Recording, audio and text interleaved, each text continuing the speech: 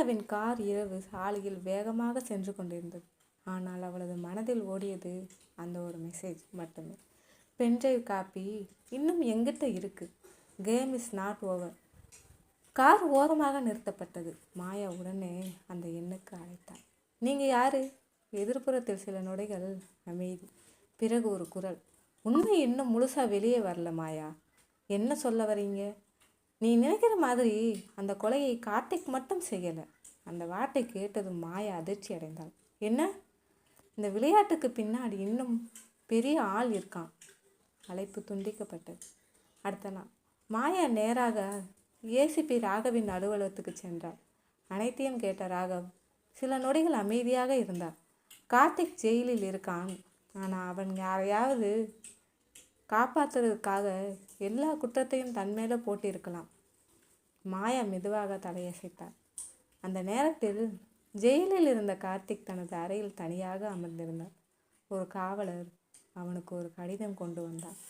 அதில் ஒரே ஒரு வரி. வாயை திறக்காது, இல்லை உன் குடும்பம் உயிரோடு இருக்காது. கடிதத்தை பார்த்த கார்த்திக் பயத்தில் நடுங்கினான். முதல் முறையாக அவனது கண்களில் கண்ணீர் வந்தது. அவன் இன்னும் வெளியில் இருக்கானா? இதே சமயம் மாயா மற்றும் ராகவ் பழைய கொலை நடந்த இடத்திற்கு மீண்டும் சென்றனர். அங்கே பல வருடங்களாக மூடப்பட்டிருந்த ஒரு கிடங்கு இருந்தது. அதன் உள்ளே தேடிய போது ஒரு பழைய லேப்டாப் கிடைத்தது. அதை திறந்த போது ஒரு வீடியோ. அந்த வீடியோவை பார்த்த ராகவின் முகம் மாறியது. இது முடியாதே. மாயா திரையை பார்த்தாள். அவளும் அதிர்ச்சியில் உறைந்தாள். ஏனெனில் அந்த வீடியோவில் இருந்தது 3 வருடங்களுக்கு முன் இறந்து விட்டதாக அறிவிக்கப்பட்ட ஒரு பிரபல தொழிலதிபர். ஆனால் அவன் உயிருடன் இருந்தான். மேலும் அந்த கொலை நடந்த இடத்தில் நேரடியாக இருந்தான். அவன்தான் முழு சதியின் மூளையா? அல்லது இன்னும் யாராவது பின்னால் இருக்கிறார்களா? மாயா லேப்டாப்பை மூடினாள். இது இப்போதுதான் ஆரம்பம் ராகவ். ராகவ் சிரித்தார். ஆமாம், இந்த தடவை யாரையும் தப்பிக்க விட மாட்டோம். அதே நேரம் ஒரு உயரமான கட்டிடத்தின் மேல் தளத்தில் இருந்து ஒருவன் தொலைநோக்கி மூலம் மாயாவை பார்த்து கொண்டிருந்தான்.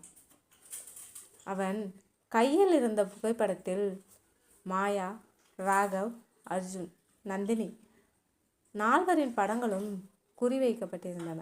அவன் மெதுவாக சிரித்தான். அந்த மர்ம மனிதன் சொன்ன வார்த்தைகள் யாருக்கும் கேட்கவில்லை.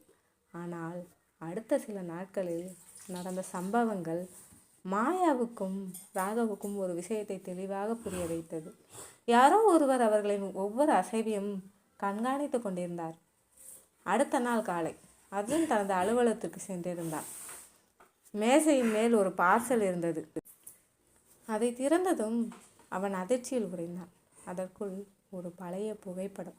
அதில் அர்ஜுன், மாயா, நந்தினி மற்றும் ராகவ் நின்று கொண்டிருந்தனர். ஆனால் அந்த புகைப்படத்தின் பின்புறத்தில் சிவப்பு மையால் எழுதப்பட்டிருந்தது.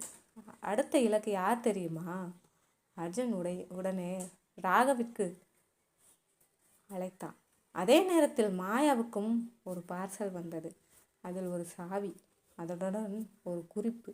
உண்மையை தெரிஞ்சுக்கணும்னா இந்த சாவி திறக்கும் கதவை தேடு. ராகவ் உடனடியாக விசாரணையை தொடங்கினார். சாவியின் பின்புறத்தில் ஒரு எண் இருந்தது, B217. அந்த எண்ணை வைத்து தேடிய போது நகரின் வெளியே இருந்த ஒரு பெரிய வங்கி லாக்கர் அறை கண்டுபிடிக்கப்பட்டது. மாயா, ராகவ், அர்ஜுன் 3 அங்கே சென்றனர். லாக்கர் திறக்கப்பட்டது. உள்ளே இருந்ததை பார்த்ததும் 3 அதிர்ச்சி அடைந்தனர். ஒரு கோப்பு, சில புகைப்படங்கள், ஒரு ஹார்ட் டிஸ்க். அந்த கோப்பில் இருந்த பெயர் ப்ராஜெக்ட் போனிக்ஸ். இது என்ன என்று அர்ஜுன் கேட்டான். ராகவ் கோப்பை திறந்தார். அதில் இருந்த தகவல் அவரை அதிர்ச்சியில் ஆழ்த்தியது. 3 வருடங்களுக்கு முன் நடந்தது ஒரு சாதாரண கொலை அல்ல. நகரின் பல முக்கிய நபர்களை கட்டுப்படுத்த ஒரு இரகசிய குழு செயல்பட்டு வந்தது.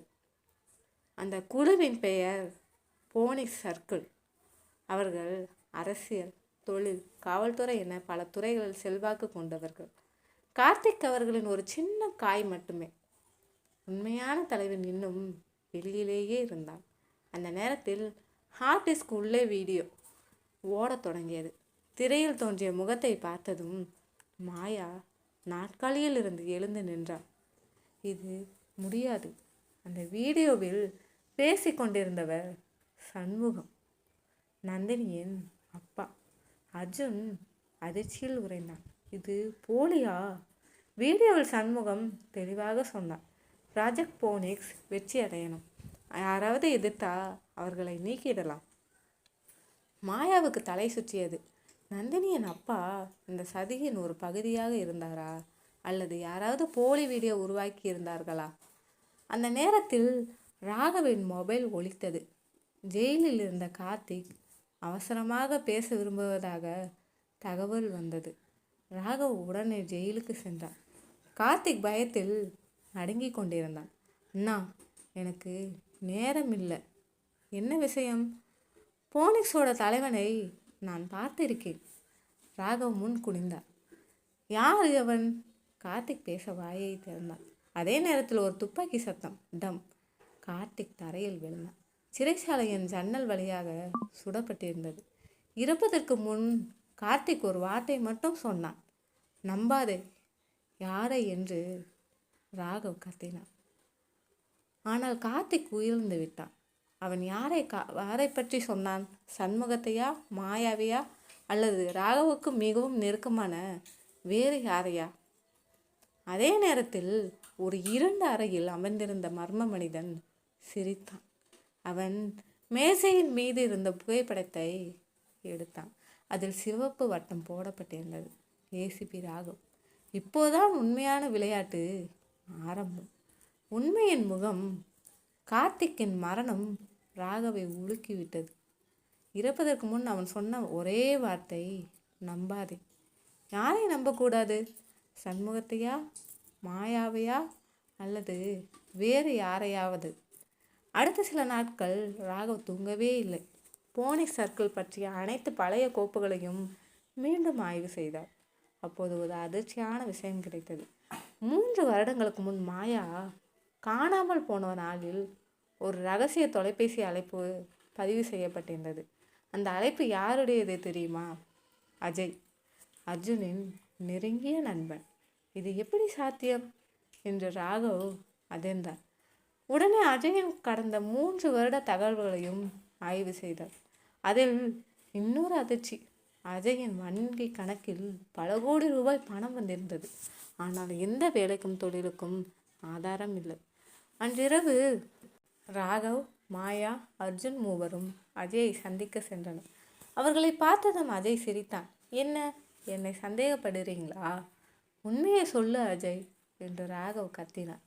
சில நொடிகள் அமைதி. பிறகு அஜய் மெதுவாக கைத்தட்ட ஆரம்பித்தான். Clap clap clap. ஃபைனலி நீங்கள் உண்மைக்கு கொஞ்சம் பக்கத்தில் வந்துட்டீங்க. அர்ஜுன் அதிர்ச்சி அடைந்தான். அஜய், நீயா? அஜய் சிரித்தான். ஆமாம் நண்பா, நீங்கள் எல்லோரும் ஃபோனிக்ஸ் சர்க்கிளை தேடிட்டு இருந்தீங்க. ஆனால் அந்த ஃபோனிக்ஸ் சர்க்கிளை உருவாக்குவதனே நான். அந்த வார்த்தை கேட்டதும் மாயா, அர்ஜுன், ராகவும் மூவரும் உறைந்தனர். இம்பாசிபிள். இல்லை, கார்த்திக்கின் கையில் இருந்த ஒரு பொம்மை, அந்த அரசியல்வாதியின் மகனும் ஒரு பொம்மை, எல்லோரையும் பின்னாடி இருந்து இயக்குனவன் நான். அர்ஜுனின் கண்களில் கண்டேன். நான் உன்னை தம்பி மாதிரி நினச்சேன். அஜய் சிரித்தான். அதனால தான் ஜெயிச்சேன். அதே நேரத்தில் அறையின் வெளியே ஆயுதம் ஏந்திய பலர் வந்தனர். ஃபோனிக்ஸ் சர்க்கிள் உறுப்பினர்கள். ராகவ் துப்பாக்கியை எடுத்தார். Game over Ajay. அஜய் தலையசைத்தான். இல்லை ராகவ், கேம் ஓவர் உங்களுக்கு. அதே நேரத்தில் மாயா அமைதியாக நின்றாள். பிறகு சிரித்தாள். அனைவரும் அவளை பார்த்தனர். எதுக்கு சிரிக்கிற என்று அஜய் கேட்டான். மாயா தனது மொபைலை எடுத்தாள். அதில் ஒரு சிவப்பு விளக்கு எரிந்தது. நீ பேசின எல்லா விஷயமும் லைவாக ரெக்கார்ட் ஆகுது. என்ன என்று அஜய் அதிர்ந்தான்.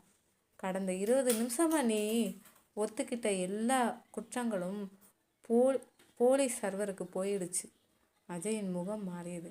முதல் முறையாக அவன் பயந்தான். அந்த நேரத்தில் வெளியே இருந்து சைரன் சத்தம்.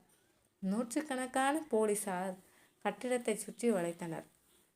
அஜய் தப்பிக்க முயன்றான். ஆனால் ராகவ் அவனை தடுத்து நிறுத்தினார். முடிஞ்சிருச்சு அஜய், அஜய் கைது செய்யப்பட்டான். சில மாதங்கள் கழித்து ஃபோனிக்ஸ் சர்க்கிளை முற்றிலுமாக அழிக்கப்பட்டது. அர்ஜுன் மற்றும் நந்தினி அமைதியான வாழ்க்கையை தொடங்கினர். மாயா ஒரு விசாரணை பத்திரிகையாளராக மாறினார். ராகவ் தனது கடமையை தொடர்ந்தார். அனைத்தும் முடிந்தது என்று அனைவரும் நினைத்தனர். ஆனால் கதையின் கடைசி காட்சி, சிறையில் இருந்த அஜய் தனது அறையில் தனியாக அமர்ந்திருந்தான். ஒரு காவலர் அவனிடம் ஒரு கடிதம் கொடுத்தான். அதை திறந்த அஜய் சிரித்தான். அதில் எழுதப்பட்டிருந்தது, ஃபோனிக்ஸ் சர்க்கிள் இறக்கவில்லை. உண்மையான ஃபவுண்டர் இன்னும் உயிரோடு இருக்கிறார். அதற்கு கீழே இருந்த ஒரு குறியீடு P0. அஜய் முகத்தில் மீண்டும் ஒரு பழைய சிரிப்பு வந்தது. அப்படின்னா அவர் திரும்ப வந்துட்டாரா? திரை கருமையாக மாறுகிறது. மறக்காமல் சேனலை சப்ஸ்கிரைப் பண்ணிவிட்டு லைக் பண்ணிடுங்க.